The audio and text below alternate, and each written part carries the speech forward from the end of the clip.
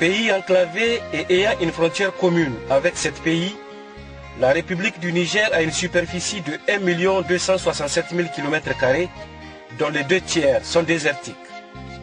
Avec une population estimée à plus de 11 millions d'habitants et une croissance démographique des plus élevées d'Afrique, le Niger est classé parmi les pays les plus pauvres de la planète.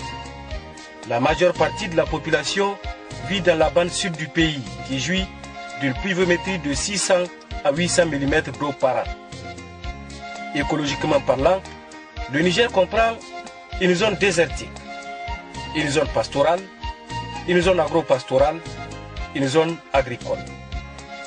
Climatiquement, il est caractérisé par un climat type sahélien, avec une longue saison sèche de 8 à 9 mois.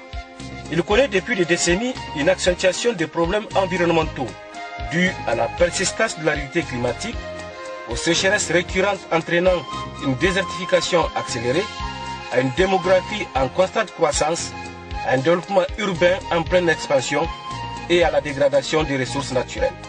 La politique nigérienne en matière de l'environnement a connu diverses mutations de l'indépendance à aujourd'hui.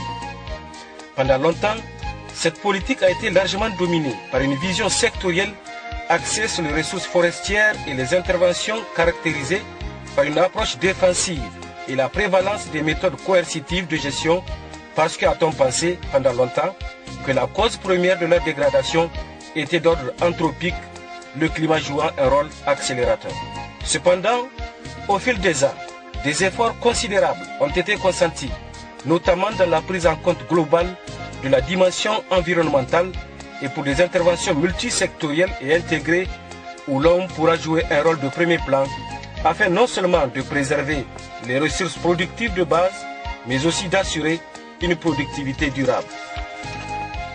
Dans le domaine sylvo-pastoral, les terres à vocation pastorale couvrent environ 14 millions d'hectares et elles sont sujettes à la dégradation poussée due principalement au climat, au défrichement pour les besoins d'une agriculture aride d'espace, à des coupes anarchiques pour la satisfaction des besoins en bois.